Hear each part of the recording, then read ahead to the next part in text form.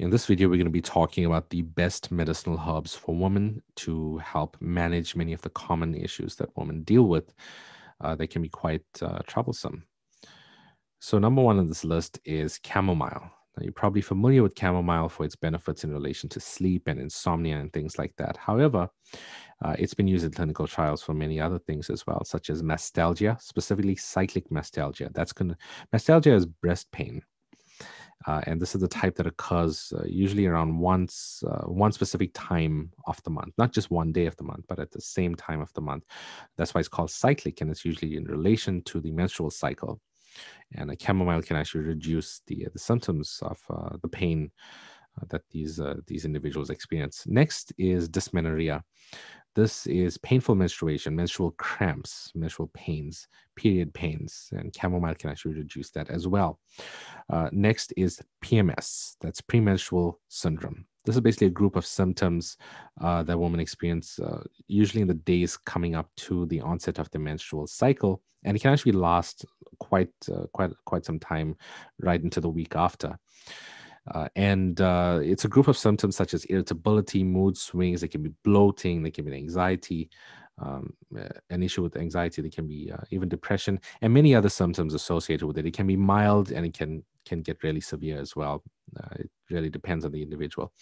But chamomile has been found to be quite effective for managing those symptoms. Next is dill. Now, you're probably familiar with dill. You've probably seen it at the grocery store. Now, here I'm specifically talking about dill seeds.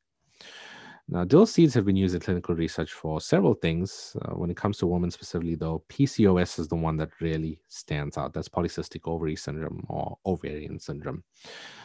This is a condition where the menstrual cycle really goes out of whack. The hormones, the female hormones, what happens is typically the estrogen levels go down and the testosterone levels can go up. This can cause you to have hair loss and weight gain and hair growth on the face. They can also be deepening of the voice and many masculinizing symptoms. And so it can be quite troublesome for many women. Now, it's been used in clinical research for this. However, in the studies, it was used as a medicated enema, not taken internally. However, there was one study I've been looking for the link. When I find it, I'll post it along with all of these. It's actually used for scanty menses or really light periods, unusually light periods. So dill can actually be used for that as well. It's very effective for post C-section flatulence. That's gas that you get after a C-section.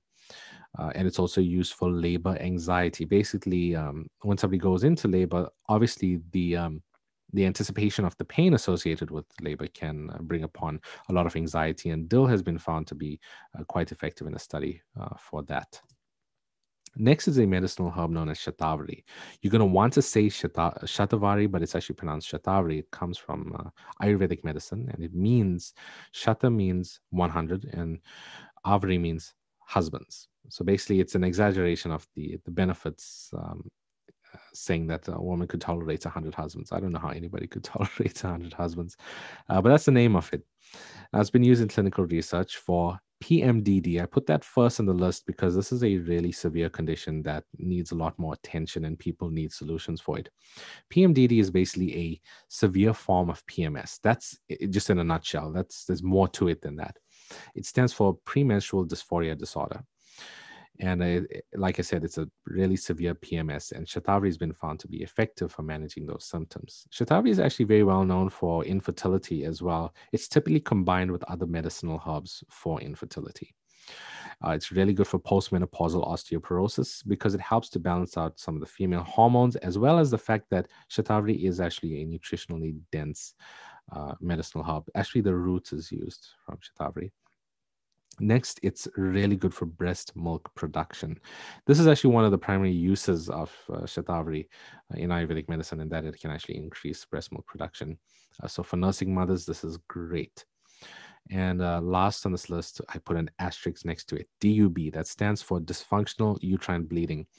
This is going to be conditions like menorrhagia, metrorrhagia, menometrorrhagia, with this excessive menstrual bleeding. Now, the reason I put an asterisk next to it is because Shatavari is not used on its own for treating this. It's part of combinations.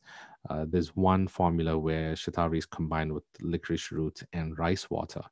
And that was used in a really impressive study on dysfunctional uterine bleeding. And I think 100% of the patients made a full recovery, and we were able to get quite a bit of relief.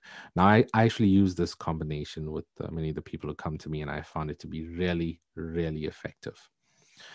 Next on this list is Chaste Tree. And Chaste Tree is really popular these days, and that's for a reason. It has many benefits. It's actually a very, very well studied. Lots of clinical trials have been done on Chaste Tree. Menstrual irregularities in general is one of the uses. That's going to be light periods and heavy periods, depending how it's taken, what dosage, and what it's taken together with. One really important thing that I have to mention is when it comes to these two, Shatavari and Chaste Tree, you absolutely must use it under the proper supervision of a professional. That's going to be an Ayurvedic doctor, a naturopathic doctor, a functional medicine doctor, and even a Chinese medicine doctor. And there's several other types of holistic practitioners that can help you with this as well.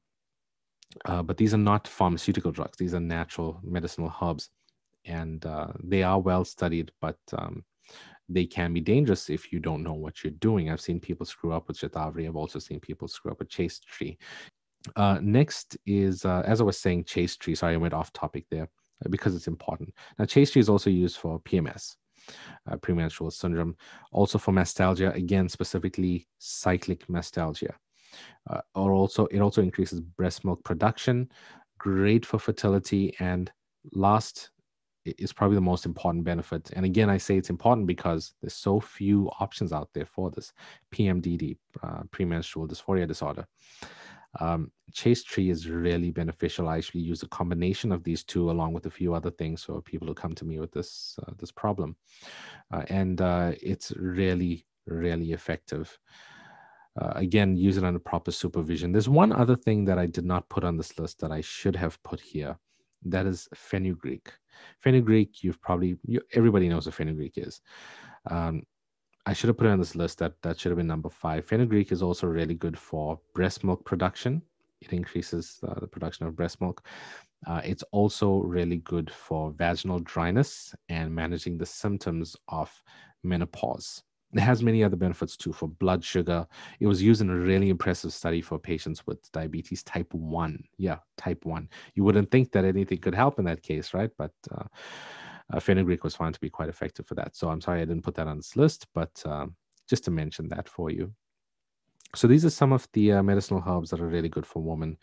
I hope this information has helped you. If you'd like to get in touch with me, you can do so through my website, drnishal.com. I do online video call consultations. So no matter where you are in the world, you can get in touch with me and I can help you. And I'll see you in the next video.